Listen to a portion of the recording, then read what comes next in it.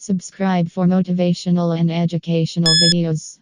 And press the bell icon to get notification. You have to schedule your time. Don't just stuff studying into cracks in your schedule. Your schedule should be built around studying. What does this mean? This means have an exact set time during the day when you start to study. For me, I remember it was about 6 p.m. I would always say to myself, okay, 6 p.m., I get back from school, I rest a little bit, and then at 6 p.m., that's my study time. It starts. How long does it go? Well, that depends on how much assignments and homework I have, but it would go for at least an hour or two, and sometimes it would go for 4 or 5 or 6 hours.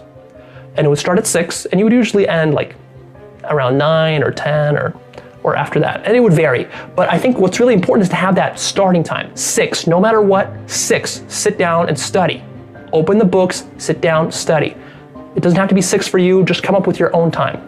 And you're doing this every single day. What's important about this is that it leads us to the next point, which is you have to get comfortable and you have to slow yourself down in order to study effectively. You can't rush the studying process.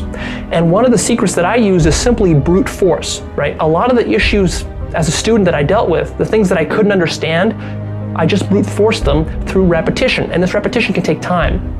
Also, you have to be patient with yourself. Sometimes you're not going to understand the problem right off the bat. So you just kind of repeat it, mull it over, and that means sometimes it takes you longer. So instead of finishing a quick little math assignment in an hour, it might take you 3 hours.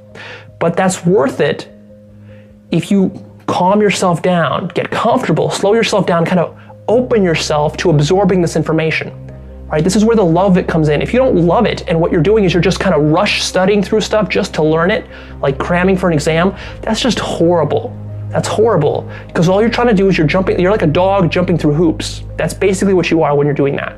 Because you're saying to yourself, well, I got to pass this exam in order to get into college, to get good grades so my parents like me. That's just hoops like a dog you're jumping through. Don't do that. Instead, what you think about is like this. Okay, this subject matter is really fascinating. Let me study more. Let me learn more. I want to know how math interconnects with history, and I want to know how history interconnects with science, and I want to know how this and this connect, and I want to know more depth about this thing here. That's how you got to think. I don't think there's any magic in being successful. And I'm not talking about making $1 million or $1 billion. I'm just talking about being successful. I'm talking about being successful in what you guys do at work. I don't think there's any magic. You got to work hard. Yeah. You got to respect the people around you. And you just got to go. I've never met a successful person that doesn't work hard. There are 2 rules that I always adhere to, and that is to work hard and be brave. And I think the essence of hard work is one that's pretty straightforward, is that you'll never be the best looking, you'll never be the tallest, most talented, most capable, you'll never have the most money. There will always be someone who's better at whatever you're doing than you are. But you can always be the hardest working person in the room. And I think the hardest working person will always win. Who must you become in order to create what you want? What has to change about you? What is it that you're doing right now that would be a liability for you? As you begin to look toward the future and take inventory of yourself, what is it about you right now that you've got to leave this behind because this no longer fits? Looking at where you want to go and the kind of person that you must become, the kind of standards that you have for you. What is it that you must do differently? Your mind of all distractions. I used to hold the record for the fastest to memorize a deck of cards in the United States. And sometimes before I would memorize a deck of cards, my brain would be worried about things in my life or things that were going on. So what I would do to clear my mind of all distractions is I would close my eyes and I would visualize those scenarios the way that I wish they were or the way that I hope they would be one day. And then I would open my eyes, I would be relieved of that stress, and then I would memorize a deck of cards. Clear your mind of all distractions. Maybe close your eyes and visualize the things the way you wish they could be, and then focus on your studying. Depending upon how well you want to do, particularly if you're starting a company, you need to work super hard. So what does super hard mean?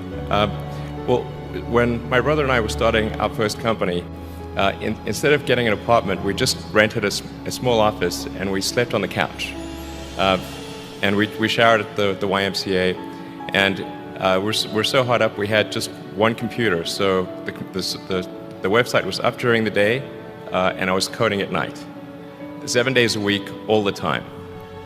And I sort of briefly had a girlfriend in that period, and in order to be with me, she had to sleep in the office. So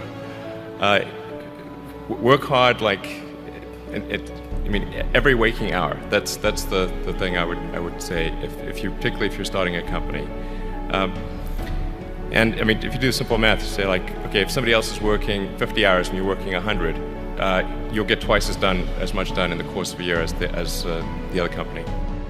If you want to learn something faster, you must first and foremost know the connection between what you want to learn and your dream life, your real lifestyle that you want to have. I tell people all the time, like, don't just come up with things you want to learn, because guess what? We want to learn everything. By human build, we are curious animals. We're deathly curious. I mean, we are literally the curiosity killed the cat sort of society right now. Everyone wants to learn 50 new things immediately, but no one ever learns anything. Why?